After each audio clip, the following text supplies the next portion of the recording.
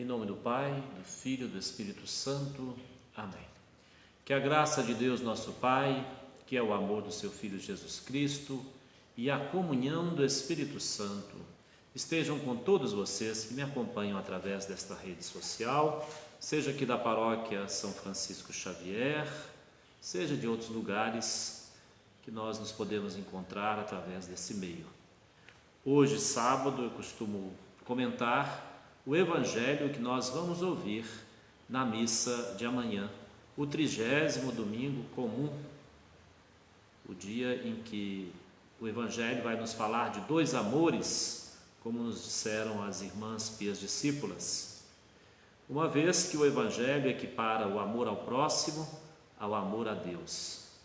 O evangelista Mateus quer mostrar a identidade de sua comunidade no confronto com o judaísmo de seu tempo, marcado pelo ensino dos fariseus e doutores da lei. Por isso, este texto aparece dentro da polêmica de Jesus com as autoridades religiosas de Jerusalém. Depois de ter discutido com os chefes e com os anciãos do templo e ter se confrontado com os discípulos dos fariseus e herodianos, agora a polêmica atinge os fariseus.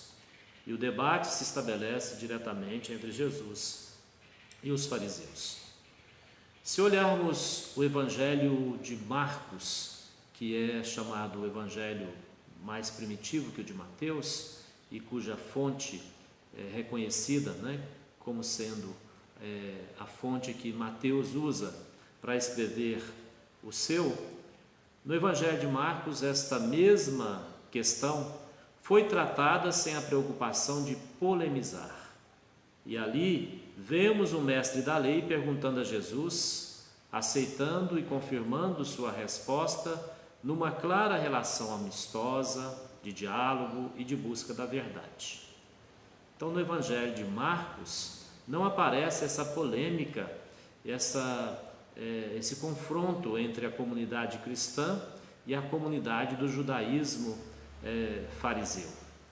A narrativa de Mateus, no entanto, insere a questão qual o maior dos mandamentos numa situação de disputa e dentro das polêmicas do ministério de Jesus em Jerusalém.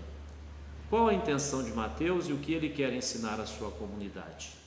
Primeiramente, ele quer demonstrar a Jesus como verdadeiro intérprete da lei e que pode, portanto, dar o sentido pleno e original das Escrituras. E por esse motivo, a resposta de Jesus termina dizendo que estes dois mandamentos, assim entendidos, oferecem uma perspectiva global e fundamental sobre a qual se pode entender todas as Escrituras, ou seja, a lei e os profetas. Desse modo, diferentemente dos fariseus que julgavam todos os mandamentos importantes por simples força da formalidade, Mateus nos mostra que mais que a formalidade, vale a vivência do amor e daí decorre a vida cristã e a fé no Deus verdadeiro revelado por Jesus de Nazaré. Os fariseus se aproximam de Jesus e a narrativa afirma que para experimentá-lo perguntam pelo maior mandamento da lei. Sabemos que o judaísmo farisaico determinava um conjunto de mais de 600 preceitos, proibições e mandamentos a serem cumpridos. Como para os fariseus o que importava era a observância formal da lei, não havia efetivamente uma preocupação por hierarquizar os deveres e as normas a serem cumpridas. Simplesmente elas tinham de ser cumpridas. Tudo tinha de ser vivido e por isso vão ser criticados em outra ocasião por se preocuparem demasiadamente pelo dízimo do cominho e da hortelã e se despreocuparem com o cuidado com as pessoas. Preocupam-se excessivamente com a formalidade e esqueciam-se da misericórdia. Pareciam sepulcros caiados, a esconder a podridão do seu interior. Talvez quisessem comprovar o conhecimento de Jesus, estariam colocando à prova a autoridade de Jesus para ensinar e ter discípulos? Jesus sabia do que estavam dizendo? Quais eram as fontes do seu ensinamento? Tinha conhecimento da lei de Moisés? A resposta de Jesus vai recolher a oração do Shema Israel, que toda criança aprendia a pronunciar desde cedo. E Jesus então responde aos seus interlocutores: amarás o Senhor teu Deus de todo o teu coração, de toda a tua alma, de todo o teu entendimento. Mas não permanece aí. Jesus ainda acrescenta: o segundo mandamento é semelhante a esse: amarás ao teu próximo como a ti mesmo. E Jesus vai concluir: toda a lei e os profetas dependem desses dois mandamentos.